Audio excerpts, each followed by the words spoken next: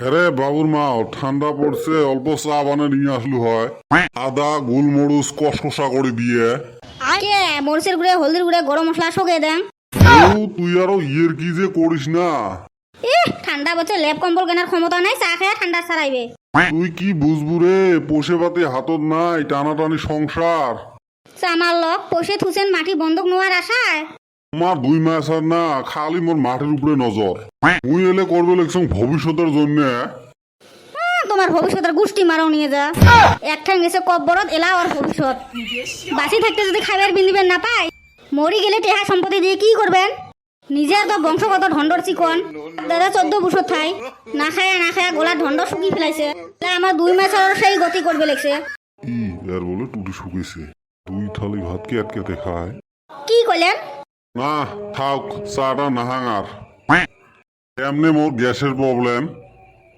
কে খারাই কি হল? আজকে মোক খোলা খালি জবাব লাগবে।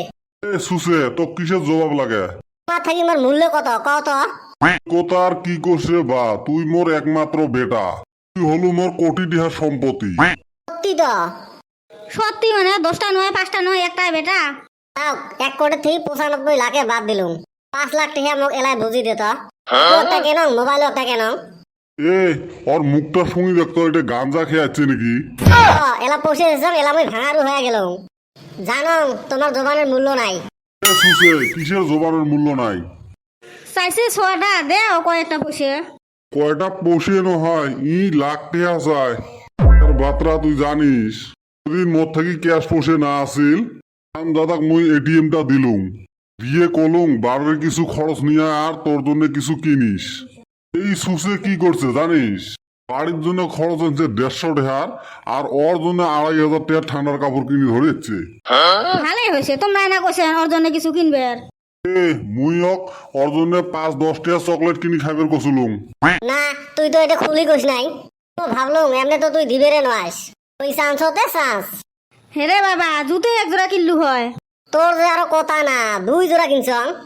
হায় হায় রে, এই কথা তো তুই কোস নেই মক।